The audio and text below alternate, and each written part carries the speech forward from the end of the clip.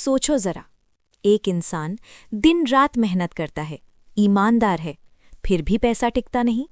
और दूसरा कम बोलता है, कम दिखाता है, लेकिन उसके पास अवसर खुद चलकर आते हैं। सवाल ये नहीं है कि देवी लक्ष्मी किसे पसंद करती हैं, सवाल ये है कि लक्ष्मी असल में हैं कौन। हमें बचपन से सिखाया गया, लक्ष्मी मतलब धन, लक्ष्मी मतलब नोट, लक्ष्मी मतलब सोना। लेकिन सच ये है, अगर लक्ष्मी सिर्फ पैसा होती तो सबसे अमीर इंसान सबसे शांत होता। पर ऐसा नहीं है। आज करोड़पति भी डर में जी रहा है। पैसा है पर संतोष नहीं, कमाई है पर स्थिरता नहीं। क्यों? क्योंकि लक्ष्मी बैंक अकाउंट में नहीं रहती, लक्ष्मी दिमाग में रहती हैं। सनातन में लक्ष्मी को कभी पैसे की देवी नहीं कहा गया, उन्हें कहा गया श्री, समृद्धि, स्थिरता।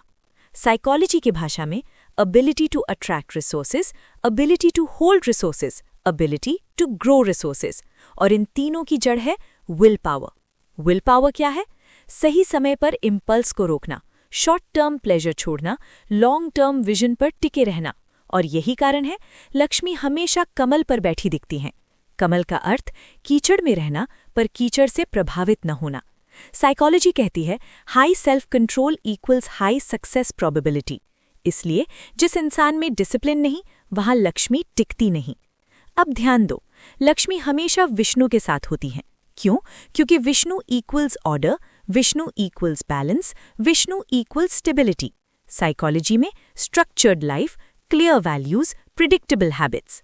जहां कियोस होता है, गलत फैसले, इमोशनल स्पेंडिंग, इम्पल्सिव जीवन, वहां लक्ष्मी आती नहीं। लक्ष्मी क्यों चलायमान है? शास्त्र कहते हैं लक्ष्मी चंचल हैं, लेकिन इसका मतलब ये नहीं कि वो फिकल हैं। मतलब ये है वो स्टैग्नेशन से भागती हैं। साइकोलॉजी कहती है ग्रोथ माइंडसेट वाले लोग वेल्थ बढ़ाते हैं, विक्टिम माइंडसेट वाले लोग वेल्थ खो देते हैं। जो सीखना बंद कर देता है, जो इवॉल्व नहीं करता, जो चेंज से डरता है, लक्ष्मी वहां नहीं रुकती। धन क्यों आता है फिर चला जाता है? क्योंकि तुम्हारी अर्निंग स्पीड तुम्हारी मैच्योरिटी से तेज है।